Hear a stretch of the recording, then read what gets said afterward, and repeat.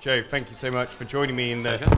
Studio 360 for RESi360, which is the revamped RESiCon. How are you finding it? Yeah, so far it's been great. It's the first show for us, first RESi360. There's some great context already. It's for us, we're very much in that space, the house developer market. So no, it's been so far very good morning.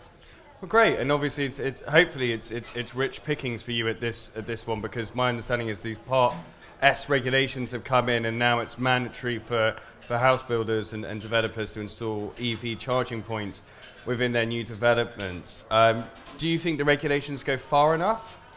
For me at the moment, yes. I think there was originally a bit of a kickback, naturally by the house builders and developers, that they felt it was maybe a little bit too harsh. And I think rewind 6 months, maybe even 8 months, there wasn't a large choice of EV manufacturers out there and EV charger options. So fast forward to where we are now, it's obviously a very, very fast-moving industry. I think there's certainly there's a large choice of EV chargers out there, ourselves along with obviously many others, and I think it's definitely going far enough currently.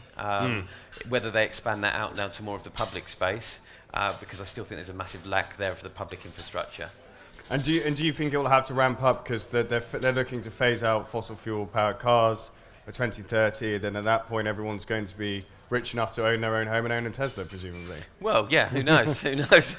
But yeah, I think it definitely they need it in place. You know, with 2030 fast approaching. I mean, it's literally creeping up on us. That originally they were talking of bringing it forward. I don't think that's going to happen, but they definitely need the infrastructure in place. Yeah. And I think by imposing charge points at home, EV charge points, I think it's a necessity. Okay. And really, commercially wise, if you put it into the grand scheme of things, I mean, a charge point installed, you're looking under £1,000, and that's just going to come down the same as EV cars. Battery costs come down. So yeah, I think it's a fair requirement personally. Okay, and my understanding is this summer, this spring rather, there was available to homeowners grants to have EV chargers installed at home. That's still available to tenants. Obviously, now the government's trying to shift the cost to developers, but should there still be that option available to homeowners in your view? Yeah, 100%. I mean, it was very well received. They'd go anything from a larger scale installer could have anything upwards of 1,200 EV charger installs per month. Yeah. That could go anything down to now 100 chargers per month. That's also coupled with the fact that EV cars, you just can't get hold of them at the moment. There's still a massive backlog. Naturally, for various reasons, the chip delays, the global crisis, and so on. As that picks back up, I do think, I do think there'll be even more requirement, and I do personally feel that it should be reviewed that the homeowner grant comes back in, because losing it has seen a massive reduction in sales and a massive reduction in people just requiring, actually installing EV charge points. Yeah, and it could be, I suppose, bundled up with a wider retrofit, because we've got a very old housing stock. People's homes are energy inefficient, so there could be a way there. Is actually the age of Britain's housing stock an obstacle for suppliers such as yourselves in installing EV charging points? It's certainly an obstacle. Generally, unless we're talking an ancient barn conversion or an ancient manor house that, when you say ancient, give me a rough build. Like 1800s, going back, very, very old. I mean, in theory, it should have been rewired anyway to be compliant. So if it's the EV charge point that's driven a full rewire, then great, because otherwise it might burn down. But yeah, it does create an obstacle. Every obstacle can be easily overcome. It's mainly, mostly you'll find historic houses will have a 60 or an 80 amp main fuse. Generally, for an EV charge point, you need 100 amps. Our charge point, for example, does have dynamic load balancing, but really, to effectively have an EV charger that will fast charge / rapid charge, you do really need a 100 amp fuse.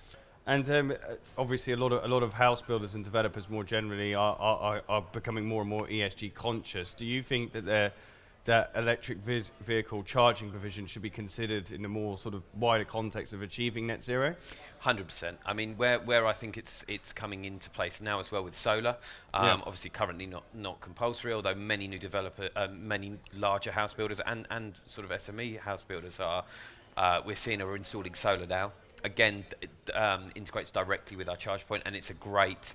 Certainly, it's obviously amazingly green and amazingly carbon efficient, but charging off full solar, so you can literally just charge off the energy created by your solar export. That's going to be, or already is, the next big thing.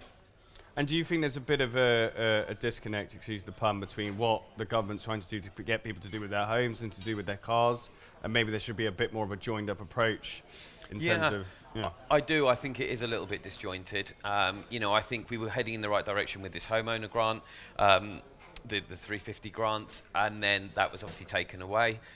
So I think it does need to be brought back together. And also, like I say, I think focus needs to be going back on the house builders and developers. Now it's a compulsory requirement. There needs to be some support surrounding that, I think.